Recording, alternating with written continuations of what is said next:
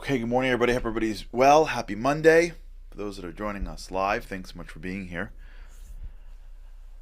Great to be back with you on the Boost. We've been talking about this concept of Momentic Desire, what it means for us, and how it impacts our life. Whether we like it or not, we have it. So either we delve into it and we figure it out together, or we just let it control our life and not really see it. When we feel something like we need something, when you go into a room and all of a sudden you have a desire for something, it comes from somewhere.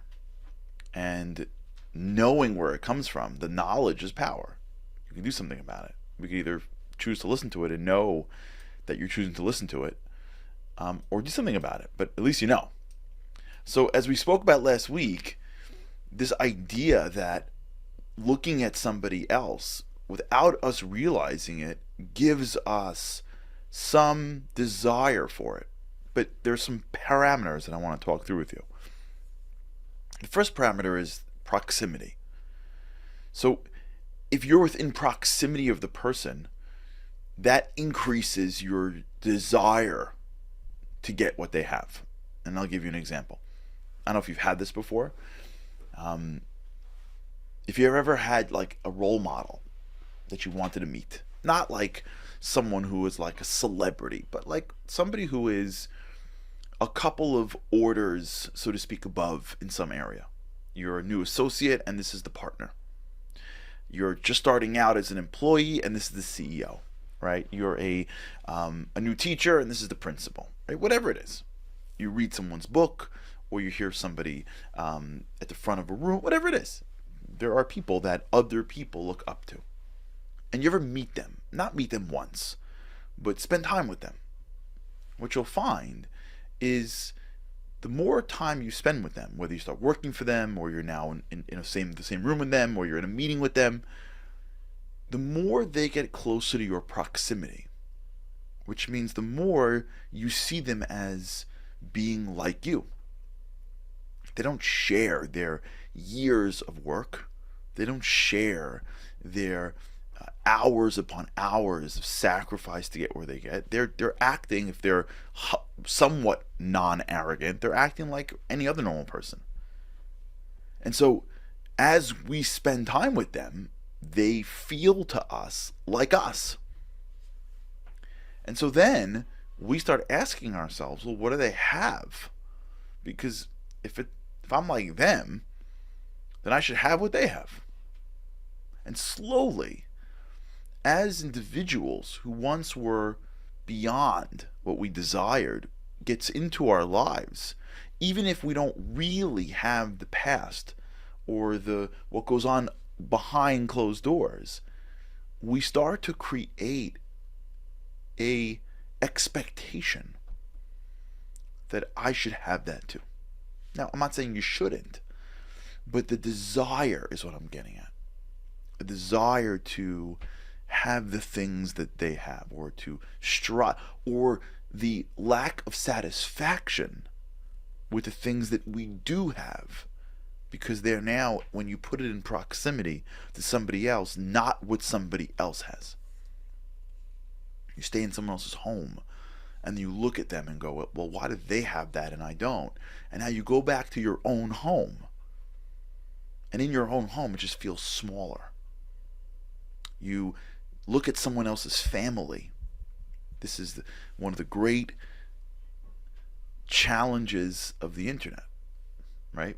You are sitting at home one day, perfectly happy, day off, and you're taking a staycation. You get so much to do, and everyone's okay, and you wanted to go do this thing, and you're happy to be around, and you're going to go do something local with the family, and everyone's good. And you come downstairs and you pick up your phone and you scroll on Instagram, and there's a picture of a friend of yours in some beautiful vacation. And she looks like she's having time. Everything's perfect. Now, you don't know that in that vacation she just finished threatening her kid's life if they wouldn't stand exactly next to the rocks in their coordinated outfits.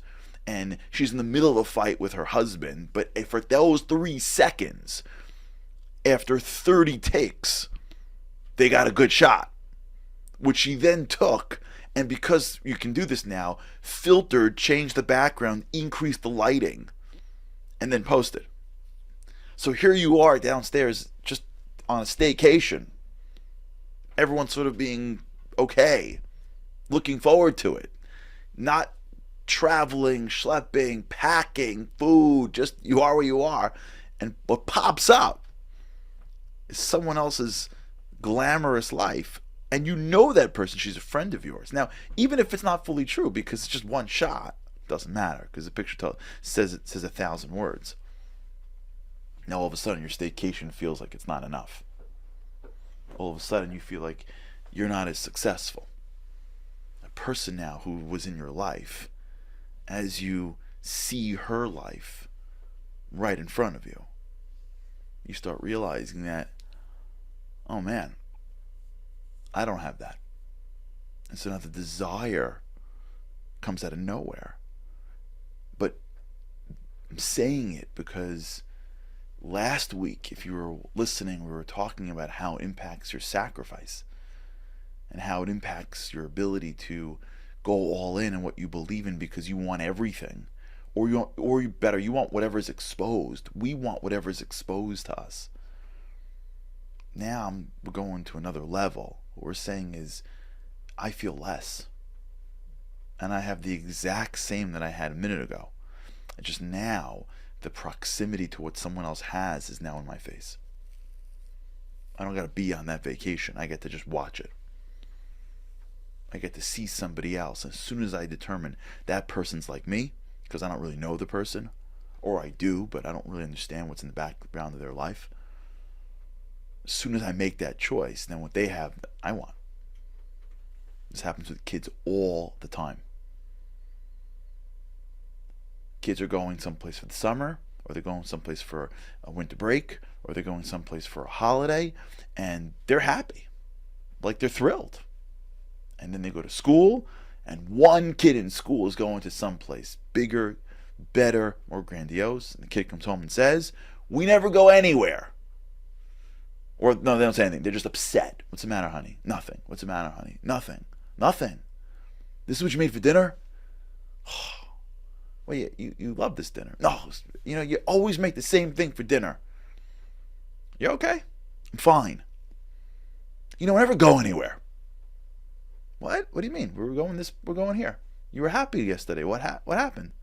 "So-and-so gets to go to the greatest places in the world. We never go anywhere." Anyone have that? My sneakers, my outfit, my abilities. This is a big thing in schools. Sometimes teachers get so excited about the two kids that understand what they say in the first second. Now, even though the science shows that slow learners, kids that take a long time to learn, actually retain the information sometimes better than quick learners. Right? There are kids and adults too, but we don't live in the same fishbowl. But kids, there's some kids who get it quickly, but they forget it quickly too. And there's some kids that get it slowly, and when they get it, they get it. And neuroplasticity can explain for that, right? You're constantly, until you finally you've built so many neural connections through repetition, that by the time you get it, you get it. Well, some classrooms, the teacher says something, and two kids are like, "I got it." And teachers are like, "Whoa!" And they're just fawning over the quick learners. And two desks behind them are some kid who was happy with who he was and getting good grades, because although he's a little bit slower, not slower like not capable, just how his brain processes information. It takes him a few more seconds. Although he's slower, he always put in the effort and always got it in a much deeper way. And yet all of a sudden, somewhere around 3rd, 4th, 5th grade, he comes home and goes, "Hey, am I even smart?"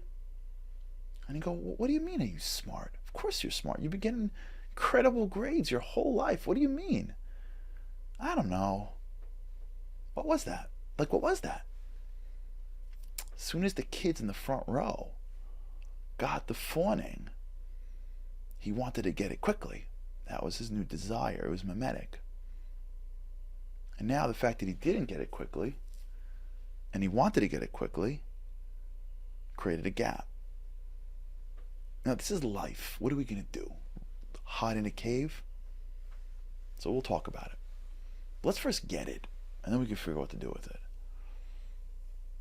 And watch it. How many times in our life do we see it?